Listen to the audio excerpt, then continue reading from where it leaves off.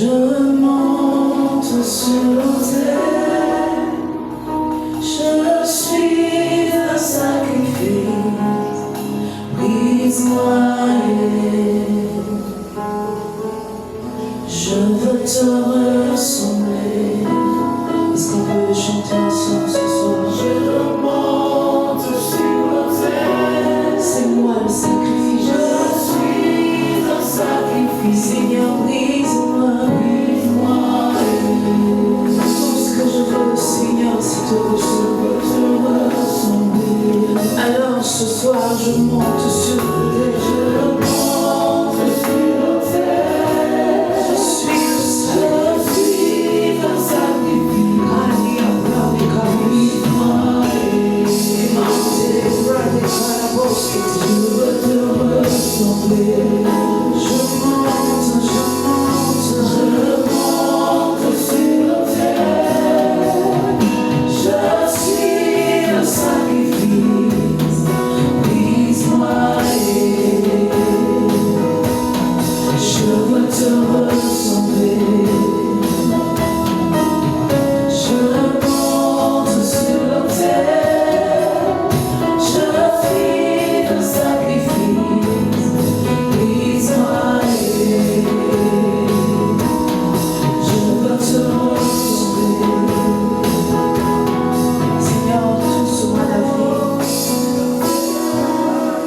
Nous parlons de renoncement,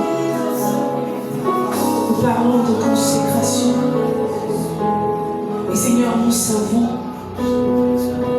qu'au-delà de toute chose, c'est nous que tu veux. Alors ce soir, nous voulons, Seigneur, nous-mêmes, comme Isaac, monter sur l'autel et nous offrir le sacrifice. Seigneur, reçois nos corps, reçois nos cœurs, reçois nos vies, comme des parfums. Seigneur, fais de nous ce que tu veux. Nous sommes à toi, Jésus.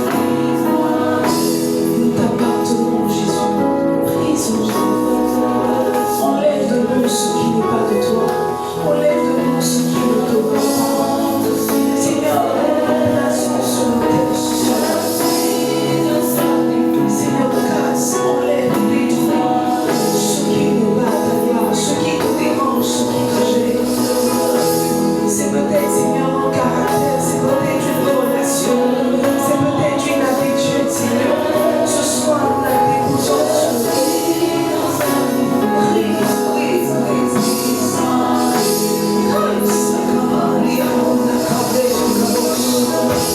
La Bible dit que alors que Salomon offrait le sacrifice, la gloire de l'Éternel a rempli le lieu.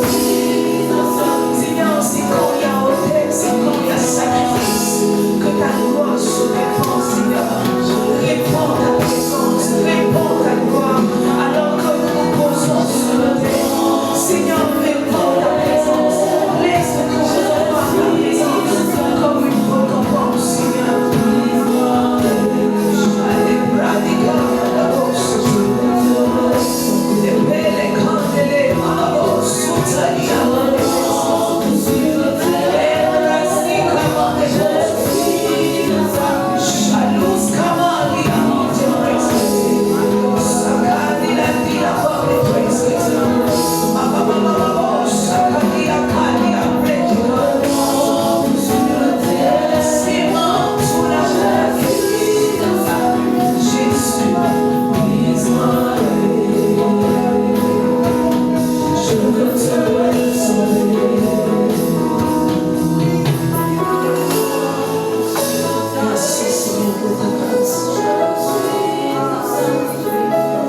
Merci de ta présence. Salomon l'a dit, vaut mieux la fin d'une chose que son commencement. Seigneur, nous sommes à notre dernier soir et nous prions que tu appelles, la raison pour laquelle tu nous as réunis ce soir. Que tu nous fasses grâce. Que tu nous fasses grâce. Merci pour ta présence. Au nom de Jésus. Amen. Est-ce que quelqu'un peut acclamer puissamment le Seigneur?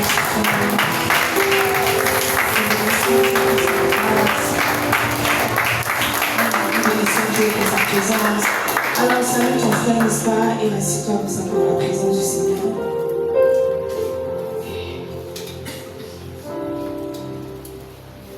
Alors depuis le début de ce mois d'avril, n'est-ce pas, nous avons entamé un thème qui est mis à part.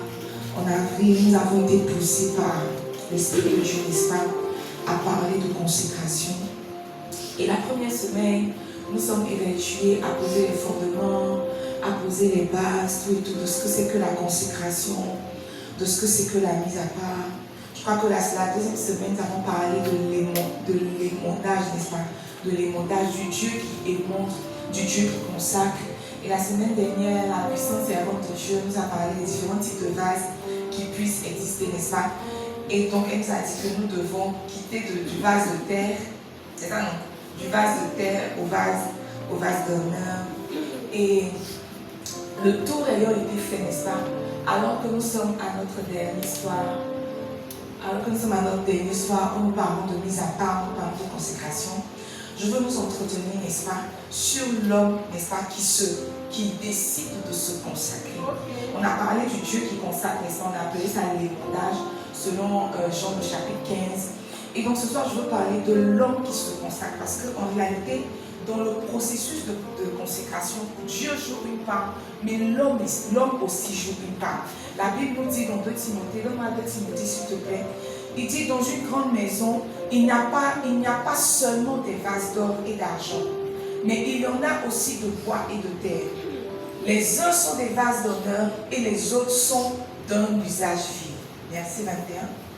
Il dit que si donc quelqu'un se consacre pur, en s'abstenant de ces choses, il sera un vase d'honneur sanctifié, utile à son maître, propre à toute bonne œuvre. Vous voyez, si donc quelqu'un se conserve pur ici, Amy nous dit qu'en réalité, l'homme a la capacité, n'est-ce pas? L'homme a la capacité de se consacrer, de se mettre à part pour Dieu. Et c'est ce dont nous allons parler ce soir. Dis à ton frère, mise à part. Mise à part. Dis-le bien, mise à part. Mise à part. Alléluia. Alors, se mettre à part pour Dieu.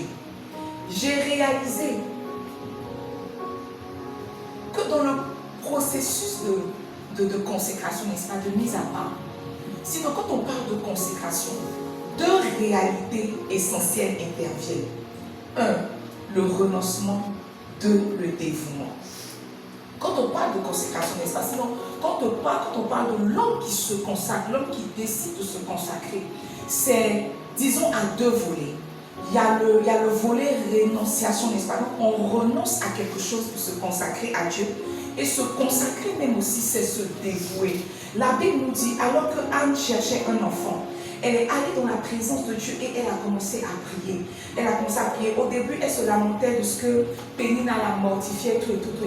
Mais la Bible dit qu'arrivé un moment, elle est rentrée dans la présence de Dieu. Et pendant qu'elle était en train de cultiver le lieu secret, elle s'est rendue compte que, ça va au-delà de ce que Pénina me mortifie. Mais Dieu a certainement besoin d'un prophète. Alors la Bible dit qu'elle a commencé à prier. Elle a dit, Seigneur, si tu me donnes un enfant mal, si tu me donnes un enfant mal, je te le consacre.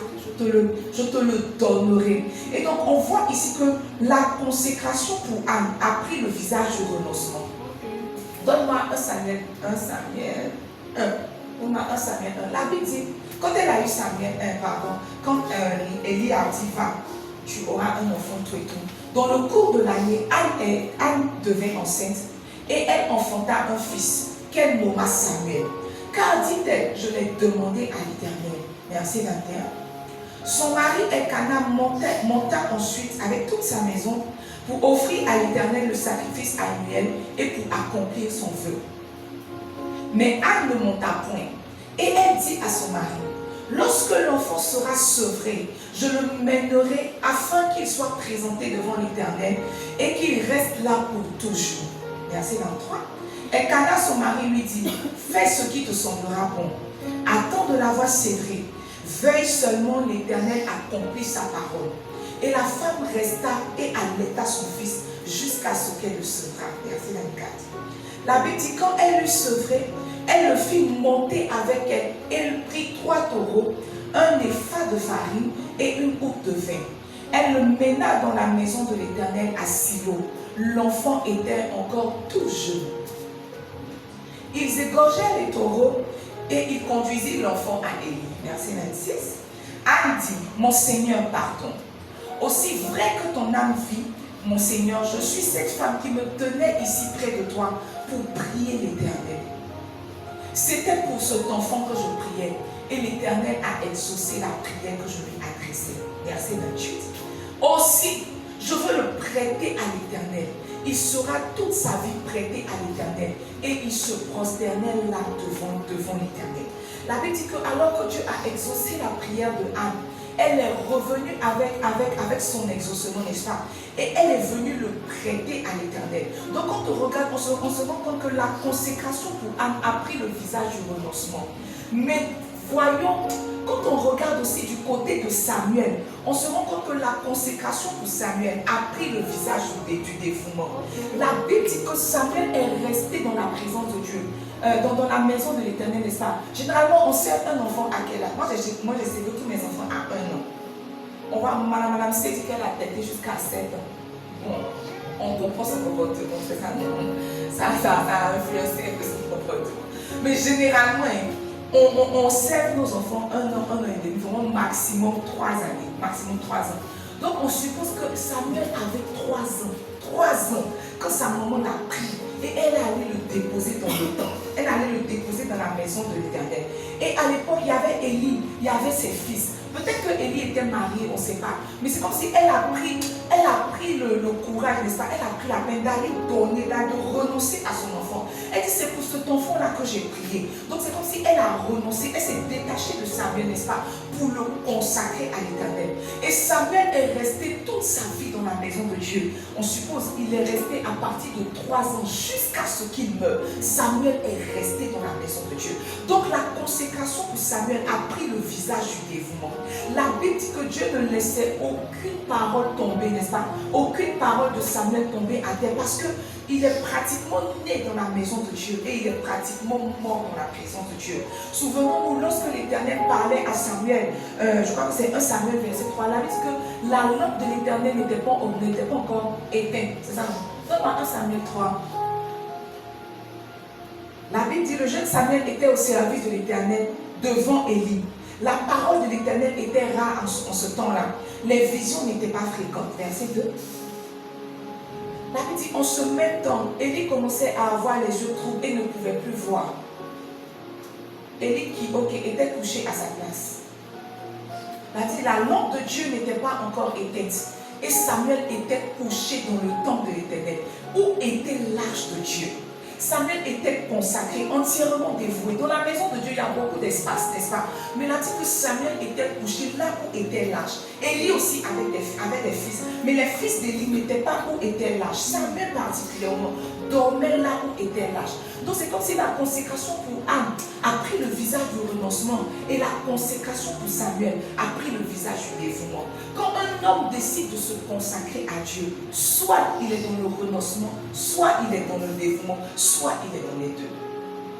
Soit il est dans le renoncement, soit il est dans le dévouement, soit il est en train de pratiquer les deux. Mais je crois que généralement ça commence par le renoncement, n'est-ce pas? Et ça continue dans le dévouement. Alors, n'est-ce pas, ce soir, cherchons à comprendre c'est quoi renoncer. Notez que Google dit que renoncer, c'est abandonner volontairement quelqu'un ou quelque chose sans priver de manière consciente. Renoncer, c'est abandonner quelqu'un, abandonner quelque chose de manière volontaire. Pas parce qu'on t'a contraint, mais parce que tu as décidé de toi-même. Quand on a parlé de l'émondage, on a vu que dans l'émondage, on n'avait pas notre mot à dire. C'est Dieu qui décidait. Dieu voit qu'une branche commence à porter du fruit et puis il commence à l'émonder. Mais quand il s'agit de renoncement, tu as ta part à jouer. C'est volontairement qu'on renonce. On n'est pas contraint, on décide de renoncer. Anne n'a pas été contrainte. La Bible dit que alors que son mari montait au temple, elle a dit non, laisse-moi sevrer l'enfant. Après, quand je vais le sevrer, je vais moi-même aller le déposer. Elle n'a pas été contrainte. Elle a volontairement déposé quelque chose, n'est-ce pas? Déposer son fils. Donc quand on parle de renoncement, on parle d'abandon volontaire. Dis à ton frère, abandon volontaire. Maintenant, demande-lui, qu'est-ce que tu as abandonné volontairement pour Dieu? Ton voisin dit quoi? Il dit quoi? Tout quitter. Philippiens 3, le verset 7 à 8, c'est l'apôtre Paul qui parle. Il dit, mais ces choses qui étaient pour moi des gains, je les ai regardées comme une perte à cause de Christ. Verset 8. Il dit, et même, je regarde toutes choses comme une perte à cause de l'excellence de la connaissance de Jésus-Christ, mon Seigneur, pour lequel j'ai renoncé à tout. J'ai renoncé à tout. Il dit, et je les regarde comme de la boue, afin de gagner Christ. L'apôtre Paul nous dit que quand il s'est agi de Jésus, il a tout abandonné. Les choses qui étaient pour lui un gain, les choses qui faisaient sa force, les choses qui faisaient sa particularité, les choses qui faisaient que lui, Paul, il était Paul. Il dit qu'il a regardé toutes ces choses-là comme de la boue à cause de Christ. Pour gagner Christ, il a renoncé à toutes ces choses-là. Donc quand on parle de renoncement, on parle d'abandon volontaire. Tu ne peux pas nous dire que tu as renoncé quand il t'a fallu un accident pour commencer à servir Jésus. Tu n'as pas renoncé, on t'a contraint. Quand on parle de renoncement, c'est volontaire, n'est-ce pas? Par exemple, on nous a expliqué, bon, sinon on a lu l'histoire de Maria Woodworth Etter. Et le livre dit qu'elle a perdu jusqu'à 5 enfants, c'est ça, jusqu'à 5 enfants avant de commencer à servir Jésus. Elle n'a pas abandonné, elle a été contrainte. Parce que si Dieu prenait son dernier là, on ne sait pas ce qui allait rester. C'est au 6e enfant, au 5e, à la perte du 5e enfant, qu'elle a dit, ok, maintenant je commence à te servir. Donc tu vois, elle n'a pas renoncé, elle a été contrainte. Quand on parle de renoncement, on parle d'abandon volontaire. Dis à ton frère, abandon volontaire. Alors notez que se dévouer, c'est s'adonner, ou bien se donner entièrement à quelqu'un ou à quelque chose. Se donner entièrement, pas à moitié, entièrement à quelqu'un ou à quelque chose. Je connaissais une soeur avec qui on travaillait, et elle a tellement cherché enfant que quand elle a eu son premier enfant, elle a dit qu'elle ne travaille plus. Elle veut donner toute sa vie à son enfant. Elle veut consacrer toute son existence à son enfant. Elle s'est dévouée à son enfant. Il y a des femmes, dès qu'elles se marient, elles se dévouent à leur mari. Quand il va au travail, elle s'arrange à préparer la chambre, préparer la nourriture. Quand il vient, elle enlève ses chaussures, elle met ses pieds dans l'eau. Elle est totalement dévouée à son mari, n'est-ce pas? Et c'est généralement ce genre de femme-là que les hommes veulent. Amen. Amen. Que Dieu vous donne ce genre de femme. Amen. Que Dieu vous donne ce genre de femme. Amen, amen. Mais la femme dévouée ne paye pas lui. Amen, amen. Que Dieu vous donne ce genre de femme. Ils veulent en plus une femme dévouée, pas une femme qui paye lui. C'est un peu compliqué. C'est un peu compliqué, n'est-ce pas? Et donc se dévouer, c'est se donner entièrement, se donner entièrement. 1 Timothée, n'est-ce pas? 1 Timothée 4, verset 15, l'apôtre Paul parlait à Timothée, il dit, occupe-toi de ces choses, donne-toi tout entier à elle, afin que tes progrès soient évidents pour tous. Il est en train de dire à Timothée, quand tu en sais ce que tu es en train de faire, il ne faut pas faire à moitié. Donne-toi tout entier. Se dévouer, c'est se donner tout entier. Tout entier. Demande à ton voisin, est-ce que tu es dévoué à Jésus? Ton voisin dit quoi? Alors, renoncer, c'est lâcher quelque chose, c'est ça, non? Renoncer, c'est laisser quelque chose, c'est abandonner quelque chose. Et se dévouer, c'est se donner à quelque chose. Quand on parle de renoncer, on parle de laisser. Quand on parle de renoncer, on parle de se donner tout entier. On parle de se consacrer. Et vous voyez, Dieu s'attend à ce que tu renonces. Dieu s'attend à ce que tu te dévoues. Mais que tu renonces à quoi? Que tu te dévoues à quoi? C'est la grande question, c'est ça, non? C'est la grande question. La Bible dit que Pierre est venu voir Jésus. Il dit que on a tout quitté, on a tout abandonné pour te suivre. Tout quitter, tout abandonner pour te suivre. Nous, qu'est-ce qu'on va gagner? Mais mes amis, on se rend compte qu'en réalité, Pierre n'avait pas vraiment tout quitté. Il dit, on a tout quitté pour te suivre, on a tout abandonné pour te suivre. Mais quand on lit même le récit, quand on lit les évangiles, on se rend compte que Pierre même qui a dit, on a tout quitté là. Dans tout là, il n'avait pas vraiment mis tout. C'est comme ça qu'il y a quelqu'un qui chante, j'ai tout quitté, j'ai tout abandonné. Et la personne pleure, tu te dis que la fille là, elle a tout donné à Jésus. Mais quand on creuse, on se rend compte qu'elle n'a pas tout donné. Elle a donné. Mais il ne s'agit pas de donner, il s'agit de tout donner. Elle a quitté, mais il ne s'agit pas de quitter, il s'agit de tout quitter. Peut-être que tu as commencé à marcher avec Jésus et puis tu as vu que Jésus est d'autres, tu as commencé peut-être à libérer un peu d'argent, à libérer quelques amis, mais il y a un gars que tu ne veux pas laisser là. Et c'est lui qui est le problème, c'est ça, non? C'est lui qui est le problème. Donc tu vois, quand tu dis Jésus, je t'ai donné mon argent, je t'ai donné mes heures, je te donne mon service, tu as donné, mais tu n'as pas tout donné. Quand on parle de renoncement, on parle de tout quitter. Quand on parle de dévouement, on parle de se donner tout entier. Dieu n'est pas de ceux qui prennent les choses à moitié. Soit il prend tout, soit il prend rien. Soit il prend tout, soit il prend rien. Et si quelqu'un devrait renoncer, n'est-ce pas? À quoi est-ce qu'il devrait renoncer? La première chose à laquelle Dieu s'attend à ce que tu renonces pour te consacrer, c'est toi-même. Dis à ton frère toi-même. Dis à ton frère toi-même. Oh, dans Luc 9, le verset 23, c'est une portion d'écriture très puissante. La Bible dit, Jésus parlait, il dit à tous, si quelqu'un veut venir après moi, qu'il renonce à lui-même, qu'il se charge chaque jour de sa croix et qu'il me suive. 3 conditions, c'est pas beaucoup de conditions que Jésus a données aux gens. Il dit, si quelqu'un veut venir après moi, la première chose qu'il doit faire, c'est renoncer à lui-même. Mes amis, je crois que c'est là que nous échouons tous. Tous les chrétiens, on va mettre tout. Mais en tout cas, la majorité des chrétiens échouent là. Parce que les chrétiens sont prêts à donner l'argent à Dieu. Il y a des chrétiens, il y a plusieurs chrétiens qui demandent de témoignages. J'ai donné mon salaire à Dieu. J'ai vidé mon compte pour Dieu. J'ai donné mon enfant à Dieu. Moi, j'ai bâti la maison de l'Éternel. Moi, je sais l'Éternel. Quand on parle de service, c'est moi. Quand on parle d'évangélisation, c'est moi. Quand on parle de toutes ces choses-là, c'est moi. Mais vous voyez, la Bible dit que la première condition que Jésus a donnée, c'est renoncer à soi-même. On est prêt à renoncer à beaucoup de choses, mais pas à nous-mêmes. Quand je parle de toi-même, je parle de ta vision de la vie. Je parle de tes projets, je parle de tes ambitions. Nous tous, on est avec, bon, pas qu'on est, mais on grandit avec des projets. On nourrit des projets, on nourrit une vision. Chacun de nous ici a une vision de comment il veut finir sa vie, comment il veut manager sa vie, dans quelle maison il veut être, combien de pièces il veut construire, combien d'enfants il peut avoir. Mon voisin me disait comme ça que lui, il veut avoir 10 enfants. Et je lui disais qu'en 2026, là, toi tu as marié qui va accoucher 10 fois. Il dit non, que si sa femme n'est pas prête à faire 10 enfants, il va partager ses enfants. En tout cas, le nombre de ses enfants-là, ça va être 10. Nous tous, on a des projets dans nos têtes. Il y a quelqu'un ici qui se voit en train de finir sa vie au Canada, en train de faire peut-être Access Canada, ou quelqu'un en train de vivre sa vie pour finir aux États-Unis. Il fait, comment ça, green card, ça ne marche pas, mais il insiste. Nous tous, on a des projets, nous tous, on a des volontés. Mais vous voyez, quand Jésus dit renonce à toi-même, il est en train de dire, tout ce qui fait de toi, tu dois le mettre sur l'autel. Quand tu veux te consacrer à Dieu, tu ne viens pas à Dieu avec des projets. Non, Seigneur, mon premier fils, je veux qu'il soit footballeur. Ma deuxième fille, je veux qu'elle soit toi. Mon troisième enfant, je veux. Ça, ce n'est pas la consécration. La consécration, c'est Seigneur, voici tout ce que j'ai. Et puis fais-en ce que tu veux. Maintenant, tu laisses à Dieu la latitude de l'utiliser comme il veut. Comme il veut. La Bible dit que Pierre suivait Jésus, n'est-ce pas? Et c'est le même Pierre qui a dit que Seigneur, nous avons tout quitté pour te suivre.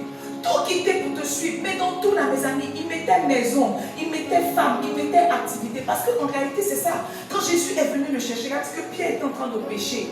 Il pêchait et ce jour-là, il a eu une pêche abondante. Il était en train de pêcher. Jésus a dit, suis-moi, je vais faire de toi pêcheur d'hommes. Et Pierre l'a suivi. En le suivant, on s'est rendu compte que Pierre était marié. Il a abandonné femme, il a abandonné son activité. Donc il vient réclamer à Jésus. Il dit que on a tout quitté pour te suivre. Mais mes amis, c'est le jour où ils ont arrêté Jésus. On a su que Pierre n'avait pas tout quitté. Il avait le couteau dans son pantalon.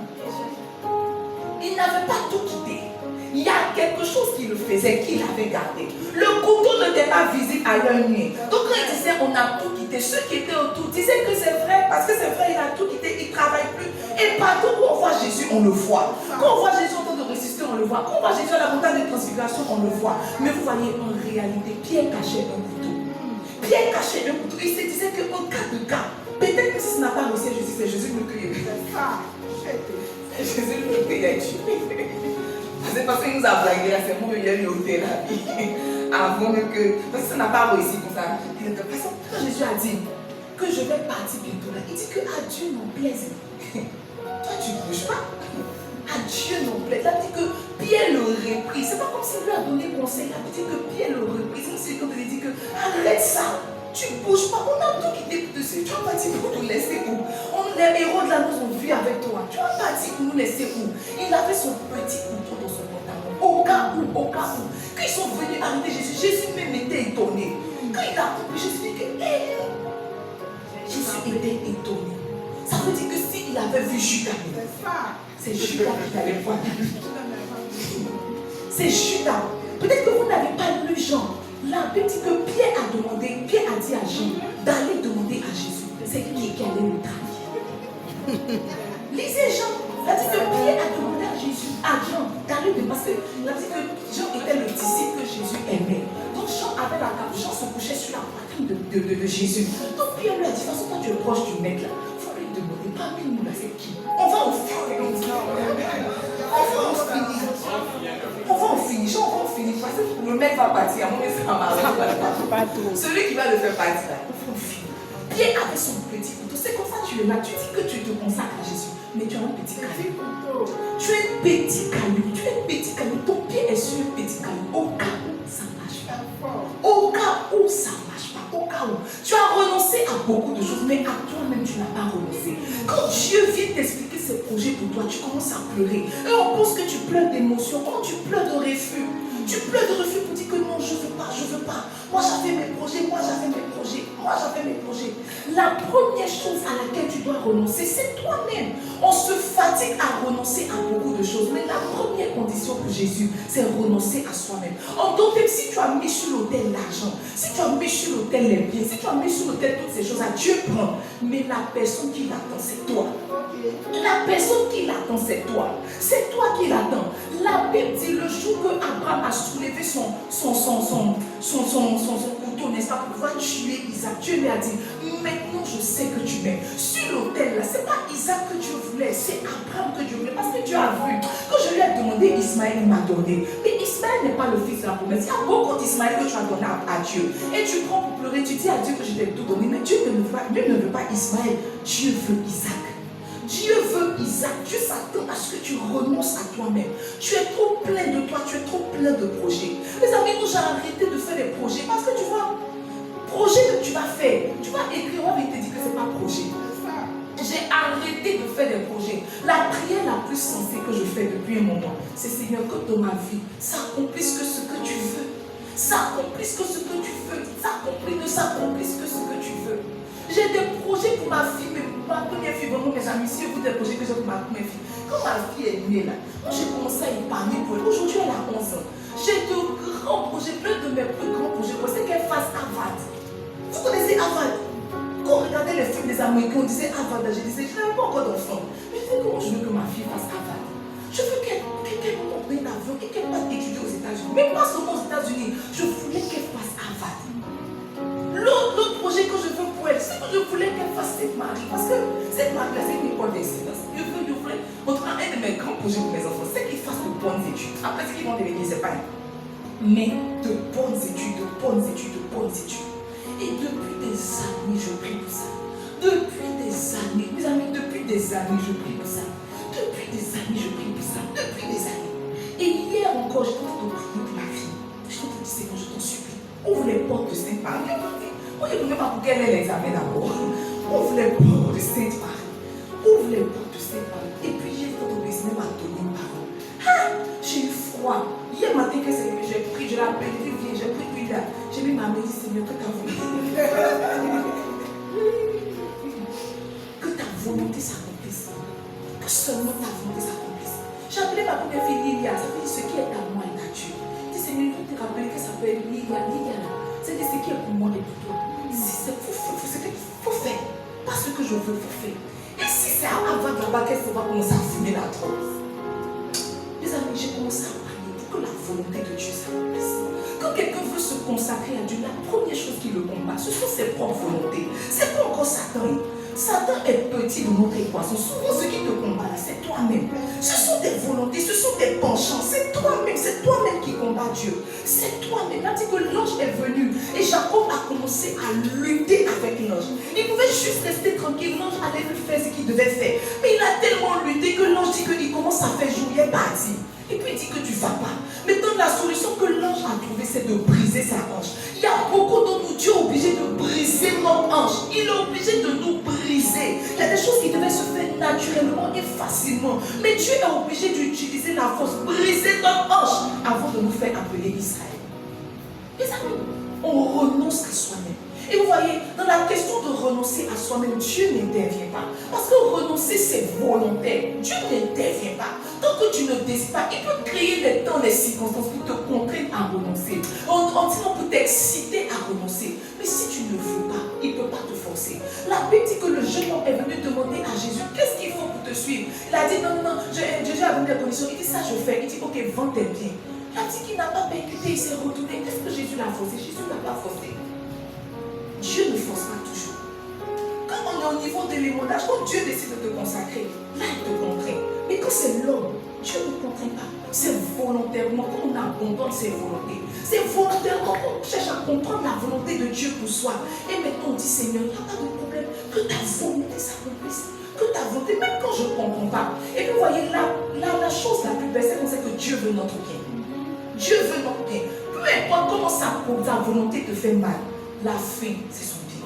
La Bible dit que la souffrance produit un fruit après. On appelle quoi? La persévérance. Non, c'est Jacques. La persévérance, ça te donne un esprit de persévérance. Peu importe comment Dieu va te prouver, la finalité, c'est de rendre ton esprit fort. Mes amis, la première chose à laquelle on renonce, c'est soi-même. Dis à ton frère soi-même. Dis à ton frère soi-même. La deuxième chose à laquelle on renonce, ce sont les relations. Les relations. Et dans le lot des relations, je mets la femme. Dans la famille, je mets les parents, je mets les enfants, je mets comment on appelle ça? Les frères, les soeurs. Dans le lot des relations, je mets les amis, les connaissances. Le dimanche, je vous le disais, mes amis, il y a une relation qui va t'empêcher d'aller au ciel. La relation n'est pas mauvaise.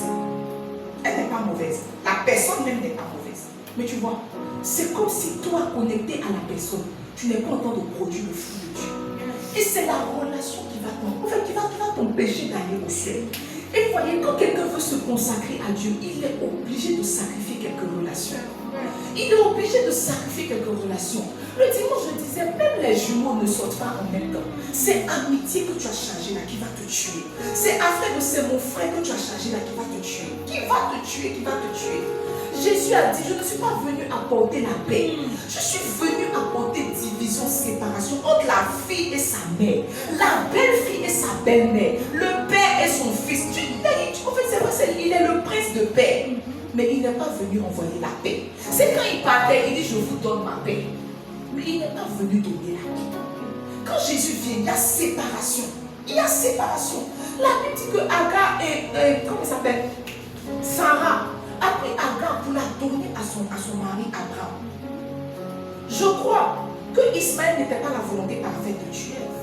Ismaël n'était pas là parce que la Bible a dit que dans les volontés de Dieu, il y a ce qui est permissif, n'est-ce pas? Il y a ce qui est agréable et il y a ce qui est parfait. Et quand on lit même l'histoire, les événements, le tournant qu'a pris le monde, on se rend compte que Ismaël, ce n'était pas la volonté parfaite de Dieu. Mais c'est comme s'ils avaient tellement patienté qu'ils ont décidé de trouver une solution de substitution, n'est-ce pas? Et Ismaël est né. Ismaël est né. Et la Bible dit que Ismaël est né après Isaac est né. La Bible dit que Sarah a vu Ismaël rire. Donne-moi la portion d'écriture de la Genèse. La Bible dit que Sarah vit rire le fils qu'Agar l'Égyptienne avait enfanté à Abraham. Verset 10. Et elle dit à Abraham, chasse cette servante et son fils, car le fils de cette servante n'héritera pas avec mon fils Isaac. Cette parole déplut fort aux yeux d'Abraham à cause de son fils. Verset 12. Mais Dieu dit à Abraham, que cela ne déplaise à tes yeux à cause de l'enfant et de ta servante. Accorde à Sarah tout ce qu'elle te demandera, car c'est d'Isaac que sortira une postérité qui te sera propre. Regardez. Il dit, je ferai aussi une nation du fils de ta servante, car il est ta postérité. L'enfant rit là. Je crois que c'est un prétexte. Parce Parce que vous n'allez pas me dire que depuis Ismaël est né, c'est la première fois de rire dans la maison. Dans la maison de ton bon papa. Et vous voyez, quand Isaac n'était pas encore né, Ismaël était le seul fils. Imaginez combien de fois il riait dans la maison. Combien de fois il était chouchouté. Et juste même qu'il était aussi chouchouté de Sarah. Parce que c'est elle qui a donné Agar à tout. Elle a dit au moins, il y aura un fils, n'est-ce pas, qui va naître sur mes pieds. Donc c'est comme si Ismaël, là, avant Isaac, c'était le bon fils. C'était le bon fils de Sarah. C'était le bon fils d'Abraham. Elle a dit qu'elle voit Ismaël en train de rire. Et puis elle dit que non, il ne peut pas hériter mon fils. Il ne peut pas. Et donc elle va voir Abraham. Elle dit Abraham, il faut chasser Agar et Ismaël. Il rit dans la maison, ça ne plaît pas. Et la Bible dit que cette parole déplut. Cette parole déplut à Abraham. Ce n'est pas à cause d'Agar, mais à cause de son fils. C'est comme si quand Ismaël est né, Abraham avait cessé d'attendre la promesse. Son cœur maintenant était attaché à Ismaël. Dieu a vu ça. Peut-être que l'un dans l'autre, l'un dans la jalousie de... Parce que Dieu se sert toujours d'un prétexte pour faire de nous ce qu'il veut. Son cœur, la Bible dit que cette parole déplut à cause de son fils. C'est comme si son cœur s'était attaché à son fils. Verset 12. Maintenant l'Éternel intervient et dit que cela ne déplaise à tes yeux. À cause de l'enfant et de la sève. Il dit accorde à Sarah tout ce qu'elle te demandera. Maintenant il lui rappelle que c'est Isaac qui est ta promesse. C'est pas Ismaël qui est ta promesse, c'est Isaac.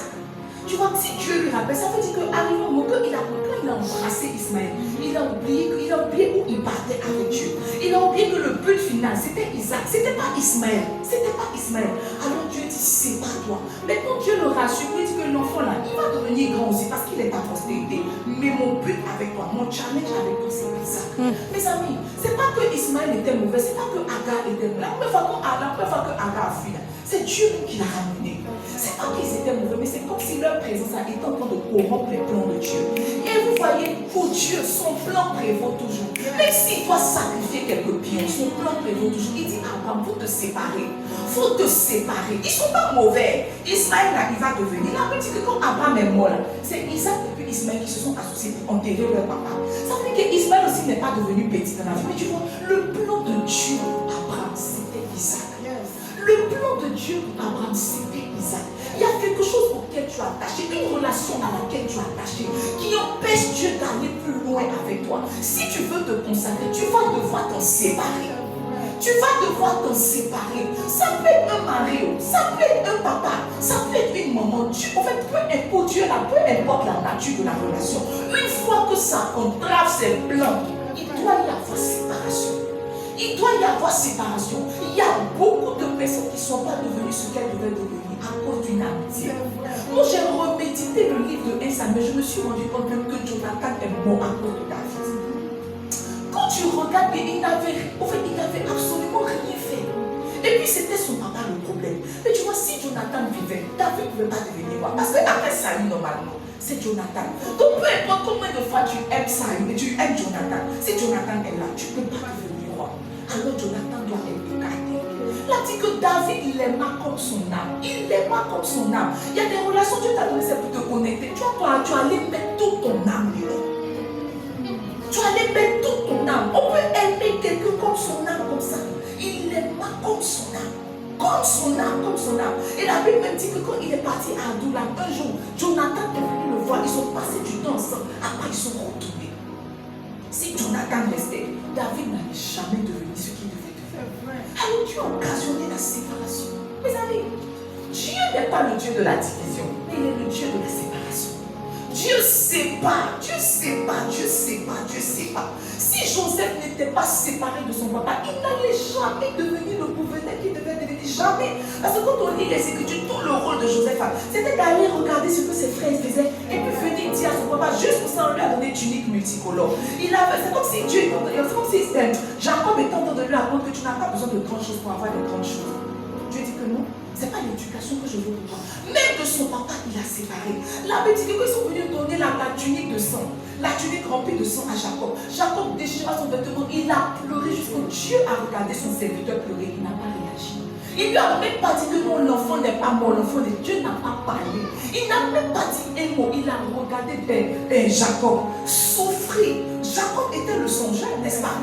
Jacob était celui qui a Abraham là, Dieu lui parlait de temps en temps. Isaac, même lui, n'a pas posé Dieu. Mais Jacob, c'est pour ça que c'est de lui que sont sortis les 12 tribus d'Israël. Il avait une grande alliance avec Dieu. Mais Dieu l'a regardé, souffrir toutes ces années. Mais quand ses fils sont revenus, il dit que ton fils Joseph n'est pas mort. Il dit c'est faux. Il dit ne me trompez pas. Ne me trompez pas, ne me trompez pas, ne me trompez pas. Ne me trompez pas. Il a tellement aimé Joseph qu'il a pris ses 2 fils pour les introduire dans sa lignée. Imaginez si Joseph était là, est-ce qu'il allait devenir ce qu'il devait devenir? Mes amis, Dieu coupe avec papa, Dieu coupe avec maman, Dieu coupe avec camarades, Dieu coupe avec frères et sœurs. Et si quelqu'un veut se consacrer à Dieu, il doit comprendre ça. Il doit comprendre ça. Il doit comprendre ça et se séparer. S'il y a une relation qui t'empêche de faire le pas le plus avec Dieu, c'est pas bon. C'est pas bon. Quand je cause avec toi, une fois, deux fois, je vois que ton causerie là, ça attriste un peu la présence de Dieu en moi. Je te quitte. Et puis je te quitte sans préavis. Je n'ai même pas de raison à te donner. Je te quitte sans préavis. Tu vas commencer à constater que elle cause plus trop un mot que tu vas me demander, elle te dit que il faut de me consacrer, que tu m'empêches de me consacrer. Je n'ai pas dit que tu es mauvais. Je dis toi dans mon histoire, c'est un blocage. Toi dans mon histoire, c'est un blocage. Si quelqu'un veut se consacrer, il renonce à lui-même, mais il renonce aussi à ses relations. La troisième chose, n'est-ce pas, quand quelqu'un veut se consacrer, il renonce à ses biens, à quelques biens, n'est-ce pas? Il renonce à ses possessions matérielles. Il renonce aussi à ses biens financiers. Donne-moi la parabole, n'est-ce pas, du jeune homme, Luc 19, verset 8. Non, pardon, c'est Zachée, pardon. Il dit, la Bible dit que Jésus est rentré dans la maison de Zachée. Et Zachée s'est tenu devant le Seigneur. Il dit, Seigneur, voici, je donne aux pauvres la moitié de mes biens. Et si j'ai fait tort de quelque chose à quelqu'un, je lui rends le quadruple. C'est comme si Zachée n'avait pas de problème de fornication.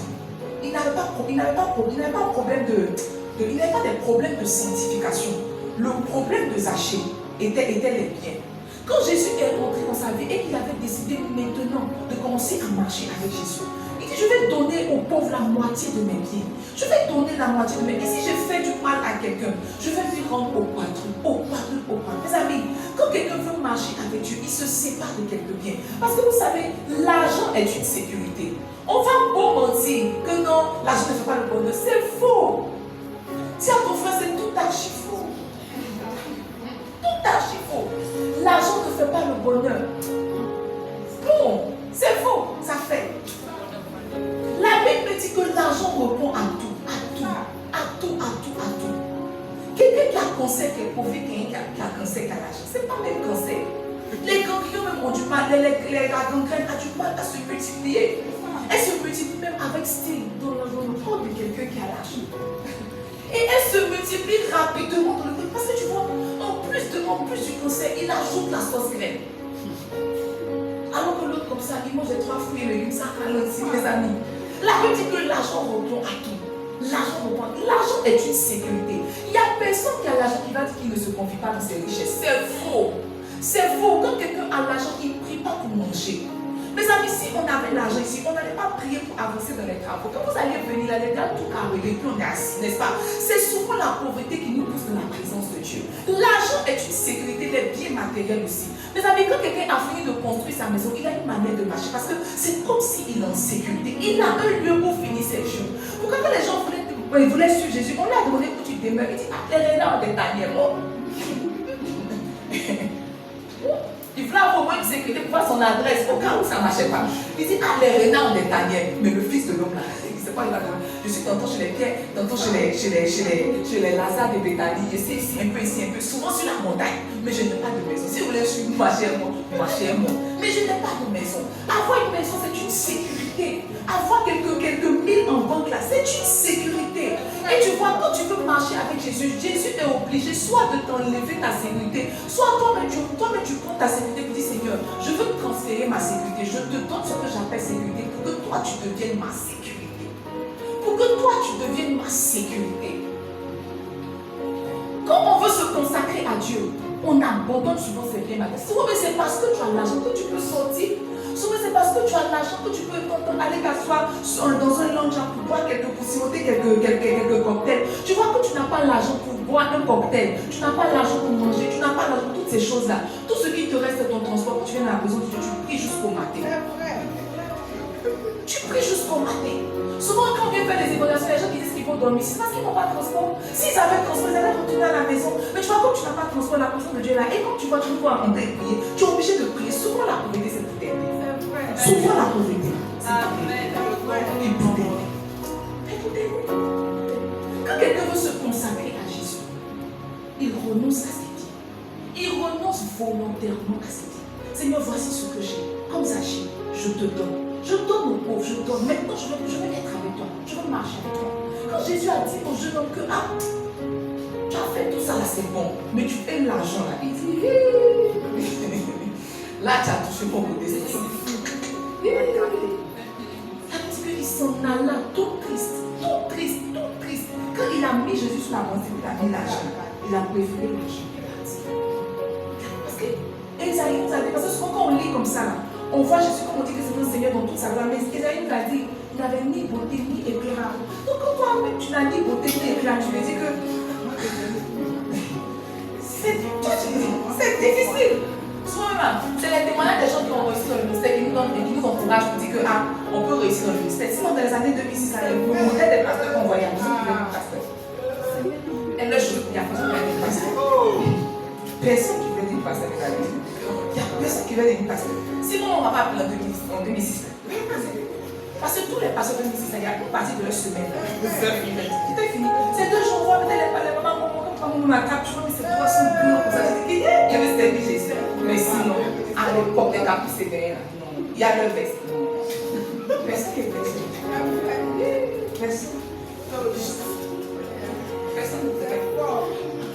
Ou bien, ça, tu vois, tu regardes un peu les dénamas, tu vois le ministère de chant, tout et tout. Mais autant des livres. C'est gratuitement. Mais si on t'appelait, tu vois qu'on dit que tu es chanteur, mais tu es content pour te gagner par là. C'est pas ça. Mais c'est autour de. Tu peux pas. Mais tu peux pas, c'est gratuitement. Tu tout ce que tu as fait, ni quand tu importes des transports de nuit. Personne ne va apprendre de musique, on n'a pas parti.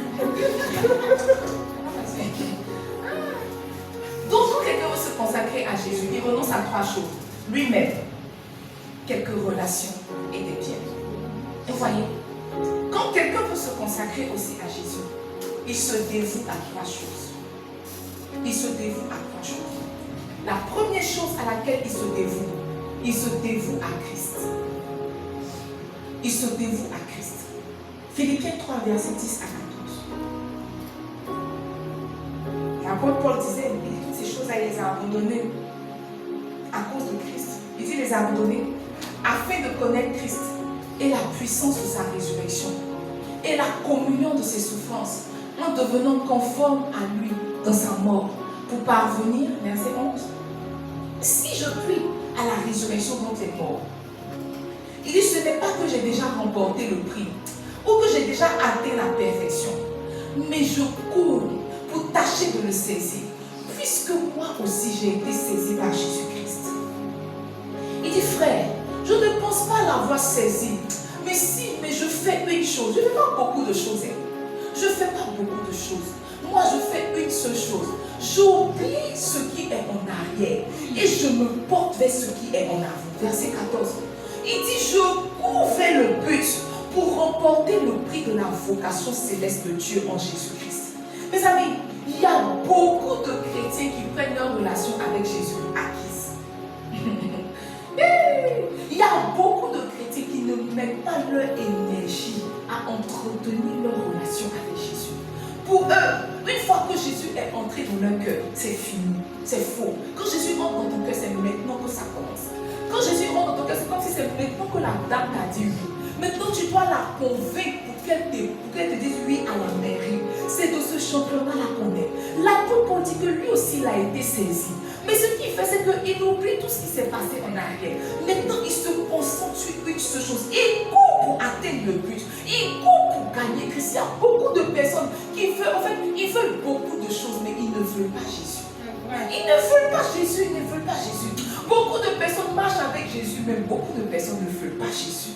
L'apôtre dit que lui, il ne veut pas beaucoup de choses. Dans tout ce qu'on est en train de faire là, il ne veut pas beaucoup de choses.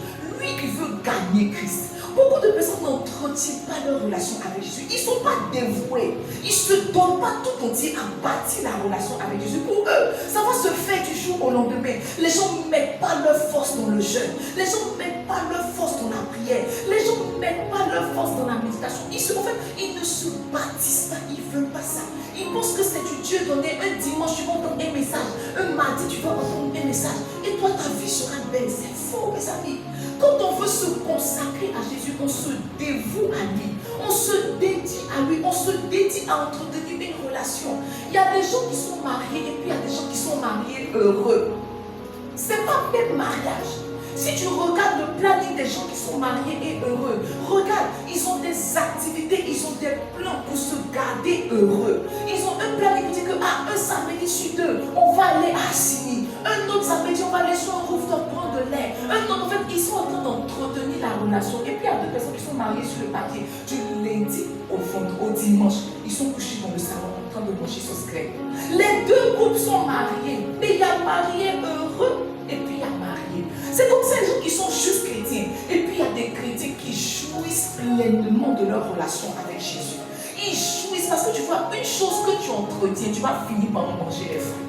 Une chose que tu entretiens, tu vas finir par en manger les fruits. Si ce n'est pas un matin, ça sera le soir. Si ce n'est pas un matin, ça sera le soir. Mon père spirituel racontait son témoignage où il disait que quand il suivait son père spirituel, pas le pasteur Mohamed, son père spirituel qu'il a gagné. Il dit quoi? Il soulevait les chaises, il partait déposer au programme. Et un peu seulement, il était protocole. Après, il faisait accueil. Après, tu vois, toutes ces choses-là, un peu. Un matin, un le soir, il remplit le stade. Mes amis, vous ne vous appliquez pas, vous ne vous dévouez pas à votre relation avec Christ. On doit prier, on doit vous demander si vous avez médité, si vous avez prié, si vous avez jeûné. On doit vous faire la cour pour voir si vous vous consacrez, si vous ne vous consacrez pas. On doit vous surveiller au gré parce que vous ne comprenez pas que la relation qui est née là a besoin d'être entretenue. On se dévoue à Jésus. Rick Joyner dit qu'au ciel, Paul avait le plus grand trône. Paul n'a pas marché avec Jésus, mais regardez l'énergie qu'il a mis dans l'entretien de sa relation avec celui avec qui il n'a pas marché. Ça lui a donné de la vitesse. Regardez entre deux chrétiens, ils reçoivent la même nourriture, ils ont le même pasteur, ils ont le même âge, ils ont été gagnés le même jour. Regardez, celui qui va prendre de la vitesse, c'est celui qui entretient sa relation. C'est celui qui nourrit sa relation. C'est celui qui entretient. Une chose que tu n'as pas entretenue va finir par sécher, comme les gazons de M. Amicha dans le jardin.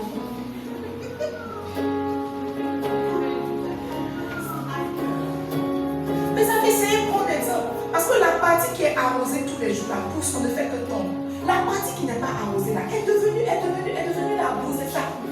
C'est devenu la boue. Une chose qu'on n'entretient pas finit par sécher. C'est le même jour, ils ont planté tous les gazons. Mais un côté fleurit, un côté ne fleurit pas. Ça veut dire qu'il y a un côté qui n'est pas arrosé. Et puis il y a un autre côté qui est arrosé naturellement. Naturellement. Vous ne vous appliquez pas à entretenir votre relation avec Jésus. Pour vous, la prière est un fardeau. Pour vous, ouvrir la Bible, c'est un fardeau. Lire un livre spirituel, c'est un fardeau. Jeûner, c'est un fardeau. Aller en retraite, on vous a trop demandé. On vous a demandé de bloquer quelque chose dans votre calendrier. C'est trop, Jésus, tu me demandes trop. Vous ne savez pas que c'est ça qui est la clé de distinction. Vous ne savez pas. Vous ne savez pas. On veut se consacrer à Jésus. On se dévoue à lui. La deuxième chose à laquelle on se dévoue quand on veut se consacrer à Jésus, n'est-ce pas? C'est à sa volonté pour soi. Et mes amis, là même je veux insister. À sa volonté pour soi. Regardez. La dernière fois, je suis en train de prier. Et j'ai entendu l'esprit me dire, être chrétien ne suffit plus. Prier ne suffit plus. Jeûner ne suffit plus. Il m'a dit, on est allé d'attraper l'esprit. J'ai écrit. Je pense que sur le champ, j'ai compris, mais je crois qu'après encore, il va venir m'expliquer. On a dit qu'on n'est plus au stade d'être chrétien. Tu vois, si tu es au niveau de ta vie où tu es chrétien, tu jeûnes, tu pries, tu médites là, on a dépassé ce stade-là. Maintenant là, on est là et puis on essaie de flairer. Où l'esprit va, on l'attrape, on s'en va là. Où l'esprit va, on l'attrape, on s'en va là-bas. On n'est plus dans tu jeûnes combien de temps, tu as médité quoi aujourd'hui. On n'est plus à ce niveau-là, on n'est plus là-bas. On a bougé depuis. La Bible dit que l'esprit est comme le vent. L'esprit est comme le vent. On ne sait sait pas d'où il vient, on ne sait pas où il va. Mais quand on sent son mouvement, nous tous, on se met dans son mouvement. On n'est plus au stade de gens, je médite 7 chapitres. On n'est plus au stade de gens, je médite même pour bâtir mon esprit. On est au stade de j'ai attrapé l'esprit. L'esprit, cette saison-là, l'esprit, c'est j'attrape ça et je médite en fonction. On n'est plus au stade de la discipline. On n'est plus au stade de la mécanique. On est à l'aide de l'esprit. On est à l'aide de l'esprit. Et voyez, quand quelqu'un veut se consacrer, il se dévoue à la volonté de Dieu pour lui. Il se dévoue à la volonté de Dieu. Vous êtes sans ignorer que pour chacun de nous ici, Dieu a une volonté. Tu n'es pas un enfant, tu sais. Tu es déjà parti dans un programme qu'on a prophétisé sur toi. Peut-être que tu n'as pas les tenants, les aboutissants de ton appel, mais tu sais au moins quelque chose que Dieu attend de toi. Tu sais.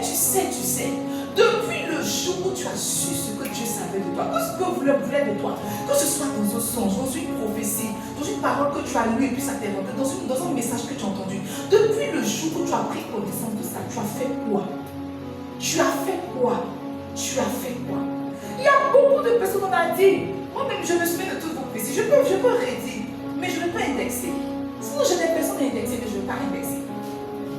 Le jour où tu as dit que tu étais Catherine Kuhlman, le jour où tu as dit ça, et puis tout le monde arrive, mais que l'esprit est tombé sur toi, tu es tombé, quand tu t'es levé, après ça, tu as fait quoi? C'est ça le dévouement. C'est ça la consécration. Savoir ce que Dieu attend de moi et mettre mon énergie à devenir ce que Dieu veut que je devienne. Parce que tu vois, tu penses que ce que Dieu veut que tu deviennes va se faire par la magie. C'est faux. C'est absolument faux. C'est tout archi faux. C'est tout archi faux. Il y a ta part dans ce que Dieu veut que tu deviennes. Il y a ta part à jouer. Comment tu t'appliques à devenir le pasteur que Dieu attend que tu deviennes? Comment tu t'appliques à devenir l'évangéliste? Vous avez savoir que tu es évangéliste là. C'est là maintenant que l'histoire commence. Tu commences à te consacrer à Jésus. Quand tu mets toute ton énergie à devenir l'évangéliste qu'il a dit que tu seras. L'évangéliste qu'il a dit que tu seras. L'évangéliste. Le jour où Dieu m'a dit que tu es pasteur pour cette saison-là, mes amis, actuellement, je ne lis que les livres sur le ministère pastoral. La dernière fois, papa m'a dit que toi là, tu écoutes, il me parlait, que toi tu écoutes beaucoup le prophète Tatou. Il dit papa, la dernière fois que j'ai écouté le prophète Tatou, c'était il y a 2 ans. C'était il y a 2 ans. La dernière fois, je ne vais pas me dire que je l'aime, j'en ai eu beaucoup. La dernière fois que je me suis assise pour écouter un message du prophète Tatou, c'était il y a 2 ans. Tout ce que je mange, je bois, je lis, c'est par rapport à l'église. Tout ce que je médite, c'est pas parce que tu vois, j'ai entendu que je suis pasteur. Je m'applique à devenir le pasteur que Dieu attend de moi. Tu as entendu que tu as tel appel, la bouche de Dieu, la gorge d'or, la sentinelle de l'Éternel. Le jour où tu as entendu ça là, tu as jeté combien de livres sur l'intercession? C'est ça qu'on dit que je suis dévouée. Tu as écouté combien de messages sur l'intercession? C'est ça on dit que je suis dévouée. Tu es allé sur Google chercher les intercesseurs qui ont marqué l'histoire de l'église. Qu'est-ce qu'ils ont fait? Quel était leur régime? C'est ça on dit je suis dévouée. Sinon tout ce que tu es en train de faire, c'est les conneries. C'est les conneries. Tu te mens à toi-même. Et tu penses que le temps de Dieu va venir. Le temps de Dieu ne va pas venir. Dieu ne va pas te prendre d'un point A pour faire de toi un intercesseur. C'est faux. C'est faux. Aujourd'hui, c'est faux demain. Esaïe était là, il était prophète, mais Dieu a crié qui enverrai-je, qui marchera pour nous. Ça veut dire qu'un prophète même peut marcher pour lui-même. Il ne marche pas encore pour Dieu. Tu commences à marcher pour Dieu. Quand les informations que Dieu te donne là, tu les prends très au sérieux et tu commences à t'appliquer, à les faire devenir réalité. À t'appliquer, à les faire devenir réalité. Ils ont prophétisé sur ma soeur qu'elle aura une masse royale. Si moi j'étais à sa place, quand je sors, le premier livre que je vais chercher, c'est comment être adorateur. C'est quoi la louange? Comment est-ce qu'on compose les masses royales? Les gens qui ont des masses royales, ils sont fléchis comme ils ont fait. Quel était leur régime? Quand tu n'es pas en train de faire ça, il ne faut pas nous dire que tu veux te consacrer à Dieu. C'est faux. C'est faux. Beaucoup de personnes prient comme ça dans le vide. Mais mes amis, on n'est pas appelé dans le vide. Chacun de nous a sa spécificité. Tant que tu n'es pas en train de te consacrer à ta spécificité, tu n'es pas encore en train d'intéresser Dieu. Ils ont dit à mes frères qu'ils allaient faire des cellules. Je peux me mettre mon corps au feu, qu'il n'y a pas un qui a acheté un livre sur une cellule. Il n'y a pas. qui est parti s'asseoir dans un bureau pour demander votre église, vous faites les cellules, mais comment vous faites les cellules? Parce que tu vois, dans leur esprit, le temps de Dieu va arriver, puis il va leur dire go, ouvrez les cellules. Ils ne savent pas que le jour où ils ont entendu la parole, c'était le go. Le jour où tu entends la parole, Dieu t'a donné le go. Dieu t'a donné le go. C'est le go là qui fait que tu entends. C'est le go qui fait que tu entends. Quand Esaïe a entendu, qui enverrait, qui marchera, il dit, me voici, il faut m'envoyer. Alors la parole de l'Éternel lui fit adresser. C'est comme ça que le ministère a commencé. À recommencer si on veut Esaïe. Mes amis, vous êtes, sinon nous sommes des plaisantins. Quand on est en train de se concentrer sur l'œuvre générale de Dieu, mais pas sur nos spécificités. Parce que je vois, quand on a appelé Pierre, on a dit qu'il serait l'apôtre des Juifs. Quand on a appelé Paul, on a dit qu'il serait l'apôtre des païens. Chacun de nous a sa spécificité. Si Paul ne sait pas qu'il est l'apôtre des païens, il va essayer de marcher sur les pattes, de Pierre. Et puis, quand Pierre va commencer à voir Paul en train de partir partout, il va se dire que, oh, c'est sûrement on a bâti l'église. Alors il va commencer à le suivre. Mais quand tu sais, l'apôtre dit que moi je fais une seule chose. Je ne fais pas beaucoup de choses. Une seule chose. Ce que j'ai entendu, ce que je sais, c'est ce sur quoi je m'applique. C'est ce sur quoi je m'applique. Je m'applique à Dieu. Je lis sur l'église. Je cherche à comprendre l'église. J'écoute les messages de l'église. Quand je paye mon transport pour aller à Daboula, c'est pour faire programme d'église. C'est pourquoi? C'est pour faire programme d'église. C'est pour écouter les gens qui réussissent l'église. Je les écoute, j'entends. La dernière fois qu'on est parti, on a écouté. J'écoutais le pasteur Abel Aké. Il disait que lui aussi, on lui a présenté beaucoup de méthodes de croissance d'église qu'il a tout essayé. Ça n'a pas marché. Quand il est rentré dans le lieu secret, avec l'assistance du Saint-Esprit, le Saint-Esprit a dit que ce qui va marcher avec toi, ce sont les cellules. Aujourd'hui, il a près de 3000 cellules. Je ne sais pas si c'est 3000, mais disons 1000 cellules. Il a près de 1000 cellules. 1000 cellules. 1000 cellules. 1000 cellules. Parce que tu vois, quand il a compris sa spécificité, il s'est appliqué. Qu'est-ce que tu es en train de faire de tout ce que tu entends? Qu'est-ce que tu es en train de faire? Les prophètes vont défiler dans ta vie. Toi, mais tu as dit à Dieu, parle-moi. Il va te parler en songe, en révélation. Donc, il sait que tu ne vas rien faire des informations qu'il te donne. Tu ne vas absolument rien faire. Tu aimes le sensationnel, tu aimes le folklore, tu aimes qu'on te regarde dans la journée pour dire que c'est toi qui as un appel. Mais à part ça, tu ne fais rien de ces informations. C'est la raison pour laquelle Dieu ne t'ajoute pas d'autres informations. Parce qu'il sait les premières qu'il t'a données. Tu n'en as rien fait. Quand on te dit que tu es la bouche de Dieu, mes amis, on a lu dans la Bible que Samuel aussi était la bouche de Dieu. Quand tu entends ça, tu commences à quand tu ne médites pas Samuel comme nous on médite Samuel, toi tu médites Samuel différemment parce qu'on t'a dit que toi tu deviendras un peu comme Samuel. Tu sais la bouche de Dieu. Il y a quelqu'un ici, sa bouche est la bouche de Dieu. Quand t'appelles, tu savais ça. Lui, on m'avait déjà dit, tu es fier. Les gens qu'on appelle de tu sais que Dieu un appel pour toi. Oui, je sais. Ça te plaît.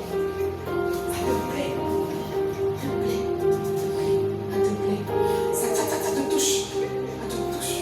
Mais tu n'es pas en train de devenir quelque chose avec ton appel. Tu n'es pas en train de faire quelque chose avec ton appel. Vous savez, quand tu dis à Dieu, tu peux compter sur moi. Tu es en train de dire que je suis en train de m'appliquer, mettre toute ma force et mon énergie. Moi, je dis à Dieu que je veux mettre toute ma force, mon énergie et mes ressources pour être un bon pasteur jusqu'à ce qu'il me dise que passons à un autre stade de ton ministère et de ta vie. Sinon, si c'est pasteur, mes amis, attendez, je serai tellement un bon pasteur, vous n'allez pas croire. Parce que je mange la vie des pasteurs, j'écoute, je paye, j'ai acheté peut-être près de 30 livres sur le ministère pastoral, près de 30 livres sur le ministère pastoral. C'est parce que naturellement, il ne va pas à l'école que mon rythme de lecture, pardon, je vais à l'école que mon rythme de lecture a diminué. Sinon, je mange les livres. L'évangélisation dans l'église, je mange. La prière dans l'église, je mange. L'intercession dans l'église, je mange. Le pasteur dans l'église, je mange. La louange dans l'église, je mange. Tout ça, je mange. Parce que Dieu m'a dit. Ce que Dieu t'a dit, tu es en train de faire quoi avec? Il y a tellement de livres pour devenir ce que tu vas devenir. Mais tu n'aimes pas les gens scroller sur TikTok. Prends ta vie sur TikTok. Me voici avec ma famille. Ça, c'est mon premier day. Ça, c'est mon deuxième day. Waouh, on va à l'évangélisation. Donnez-vous vie à Jésus. Tu vas chanter qu'elle est chrétienne. Fouillez-la. Ces petites choses sont mes épaules. Fouillez-la. Petites choses. Vous n'êtes pas en train de faire ce que tu as besoin de vous. Vous n'êtes pas en train de vous dévouer. Bon, on va répondre la dernière chose à laquelle on se dévoue, c'est à l'œuvre de Dieu. Et ça, donc on se dévoue premièrement à Christ lui-même. Deuxièmement, à son appel, à sa spécificité. Et troisièmement, à l'œuvre de Dieu en général. Mes amis, il y a ceux qui connaissent leur appel qui jouent, et puis il y a ceux qui ne connaissent pas leur appel. Mes amis, il y a ceux qui ne connaissent pas leur appel. Mais tu vois, celui qui ne connaît pas son appel doit se rendre compte que l'appel même, c'est que même quand tu ne connais pas ton appel, tout appel commence par le service. Tout appel commence déjà par le service. Dieu appelle, sinon Dieu révèle l'appel de ceux qui sont déjà en train de servir. La Bible nous dit, donne-moi Acte 9, alors que l'apôtre Paul, Saul de Tarse a été touché par Jésus, tout. Ananias est venu prier pour lui. La Bible dit qu'au même instant, il tomba de ses yeux comme des écailles et il recouvra la vue. Il se leva, il fut baptisé. Verset 19. Et après qu'il eut pris de la nourriture, les forces lui revinrent. Il est resté quelques jours avec les disciples qui étaient à Damas. Verset 20. La Bible dit aussitôt, il ne connaissait pas sa spécificité. On parle de lui qui dit que je regardais tout comme la boue. Il ne savait pas encore qu'il était l'apôtre des païens. Il n'avait pas toutes ces informations-là. Ananias a prié pour lui, les écailles de ses yeux sont tombées. Il est resté un peu avec les disciples. Il a vu que les disciples faisaient un peu de prédication. Il est resté avec eux. La Bible dit aussitôt, il prêcha dans la synagogue que Jésus est le Fils de Dieu. Verset 21. Tous ceux qui l'entendaient étaient dans l'entendement et disaient Aïe, n'est-ce pas celui qui persécutait à Jérusalem ceux qui invoquent ce nom? N'est-il pas venu ici pour les emmener liés devant les principaux sacrificateurs? La Bible dit que cependant, Saul se fortifiait de plus en plus. C'est-à-dire que plus il faisait ce qu'il était en train de faire, plus il devenait fort. Il n'avait pas encore reçu sa spécificité, mais il faisait quelque chose. Plus il le faisait, plus il devenait fort. Et il confondait les Juifs qui habitaient Damas, démontrant que Jésus est le Christ. Il n'avait pas encore les détails de son appel. Mes amis, servir dans son appel, là, ça commence par servir. Mon pasteur montait son témoignage, monsieur, on dit que peut-être pratiquement c'est le témoignage de tout le monde. Parce que nous tous, on a fait tous les départements à l'église. Si c'est le département à l'église, moi il a été hôtesse, service d'ordre, chasser les démons, chante.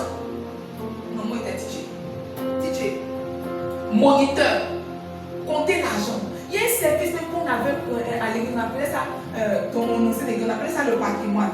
Donc moi je comptais les assiettes quand il y avait les fêtes. C'était pas un petit rôle. Parce qu'il avait toujours fait à l'église. On comptait chaque personne qui passait payer les assiettes, les couverts, tout là. Il comptait ça et puis on regardait. Quand on dit affaire comme ça, c'est mon chef. Parce que je suis là, le général des assiettes. Dis-moi, tu n'as pas donné assiette, tu ne peux pas manger. Tu ne peux pas manger. Il a fait la clé de l'hangar comme ça. Et puis l'hangar est à côté du bureau du pasteur. Donc j'étais assis à côté du bureau du pasteur. Mais ça met tout ça là, on a fait. Avant de découvrir qu'on allait être pasteur après, toutes ces choses-là, on a fait. Moi, mais j'étais là, tu m'as dit qu'il faut faire un petit ministère pour les femmes. Ma démarche, je n'ai jamais cru que ça augurait un ministère pastoral. Jamais. Avant de découvrir ta spécificité, tu fais quelque chose. Et tu fais quelque chose bien. Tu ne fais pas en attendant de découvrir. Tu fais de tout ton cœur. Tu te dévoues. Et puis quand Dieu voit ton dévouement, il commence à révéler ta spécificité. Parce que la Bible dit que de plus en plus, il est en train de confondre les Juifs qui étaient à Damas. De plus en plus, c'est comme si les Juifs ne se reconnaissaient pas en lui. Il les confondait de plus en plus. Sa spécificité a commencé à se démarquer. Tu es assis dans la prison, tous les dimanches tu viens, tous les mardis tu viens. Et toi, tu attends ton appel pour commencer à servir. Même si on te dit que toi, tu es le prochain à servir, tu vas commencer par quoi? Tu sais prophétiser. Tu connais les dons spirituels. Tu vas commencer par quoi? Dieu même n'est pas fou, il donne les bases d'abord. Lui-même, il était venu pour sauver les hommes. Il a fait 30 ans sur la terre pour connaître un peu la terre. Avant de venir sauver avant de mourir pour ceux qui est venu. Il a appris à les connaître, il a appris à marcher avec eux, à être avec eux. Jésus, 30 ans, et puis 3 ans, fier, il a dans sa spécificité qu'il a fait. Toi, tu fais rien de tout ça. Toi, tu arrives, tu es né, tu as 30 ans. Tu meurs pour nous. Et puis tu meurs pour nous. C'est pas comme ça. On se dévoue au service. Beaucoup de personnes servent Jésus, mais ils ne sont pas dévoués. C'est comme si le service là c'est optionnel pour les gens qui servent parce qu'ils sont dans une église, mais ils ne comprennent pas que c'est la volonté de Dieu. Ils ne comprennent pas. Ils prennent le service à l'échec, ils battent le service. Vous savez, depuis que moi je suis née, j'ai donné ma vie à Jésus. Il n'y a rien que j'ai fait pour Jésus qui a été marqué. Je ne m'attendais pas à être servante de Dieu. J'aimais juste Jésus. Quand on dit général des assiettes, les assiettes sont comptées, c'est propre, c'est taillé, c'est déposé. Déposé, il n'y avait rien à dire. Dès qu'on a commencé l'église, la première chose avec laquelle on a commencé par les assiettes. Parce que j'ai été général des assiettes. Quand on a commencé l'église, on a payé nos assiettes. Quand on fait fête là, on nous passe assiette. Parce qu'il y a déjà été général des assiettes. Les assiettes sont comptées, assiettes, cuillères, fourchettes, on a tout. Quand on dit fête, allez, maintenant j'ai transmis mon manteau à mon protocole. Elle est le général des assiettes ici.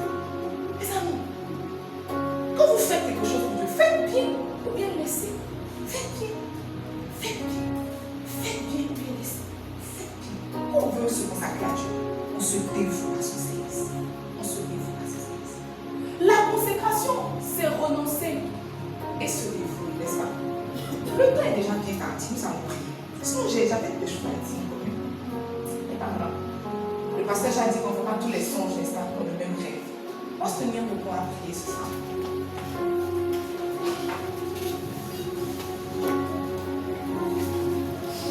Beaucoup de choses ont été dites, n'est-ce pas?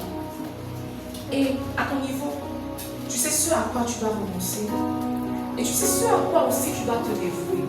Et ce soir, je veux que tu parles à Dieu. Nous sommes à notre dernier soir où nous parlons de consécration, nous parlons de mise à part. Il y a quelque chose que tu dois lâcher. Il y a quelque chose que tu dois faire et bien faire. Et ce soir, je veux que tu prennes l'engagement, n'est-ce pas, de soit renoncer, de soit te dévouer, ou de faire les deux. Parle à Dieu ce soir.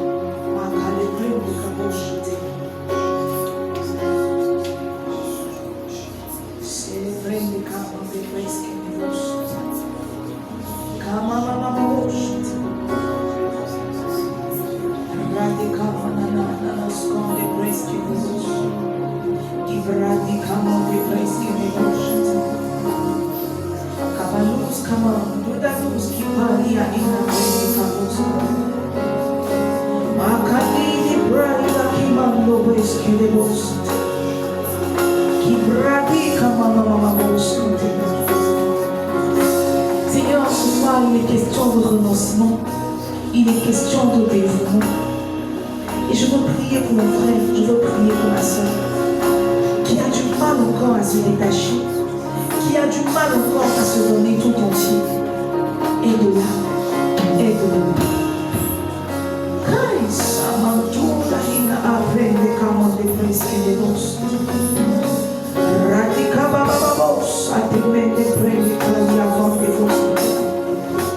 La Bible dit que tu nous donnes le vouloir et le faire. Que quelqu'un qui avait du mal à se détacher trouve la force ce soir. Trouve la force ce soir de renoncer. Trouve la force ce soir de dire non. Trouve la force ce soir de se séparer.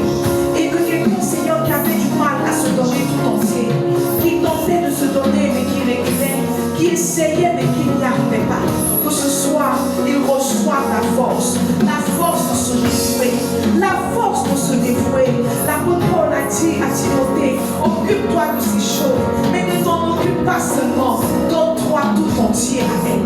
Donne-toi tout entier à elle. Seigneur, je veux prier que l'esprit de la consécration laisse dans les cœurs, Seigneur, que le besoin de consécration, le besoin de se mettre à part, Seigneur, laisse dans les cœurs. Qu'un chrétien se rende compte que tu ne demandes rien de moins que lui, et lui entièrement. Que tu ne prendras pas de moitié, que tu ne prendras pas de part, que tu le veux tout entier, que tu le veux tout entier. Lui, ses biens, ses relations, lui, tout ce qu'il considère lui appartenant, tu veux toutes ces choses. Qu'un chrétien, Seigneur, se rappelle, Seigneur, que tu es le Dieu qu'on sait, tu es le Dieu qu'on sait avec crainte et tremblement, et que celui qui te sert, Seigneur, à la légère écorte une certaine malédiction.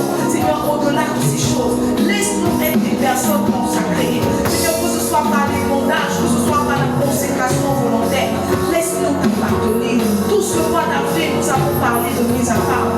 Et au-delà d'être un message, Seigneur, que ce soit un esprit qui rentre dans cette église, un esprit qui rentre dans cette église, que nous soyons une génération d'hommes, de femmes, de chrétiens, de serviteurs, mis à part pour toi, consacrés, mis à part pour toi.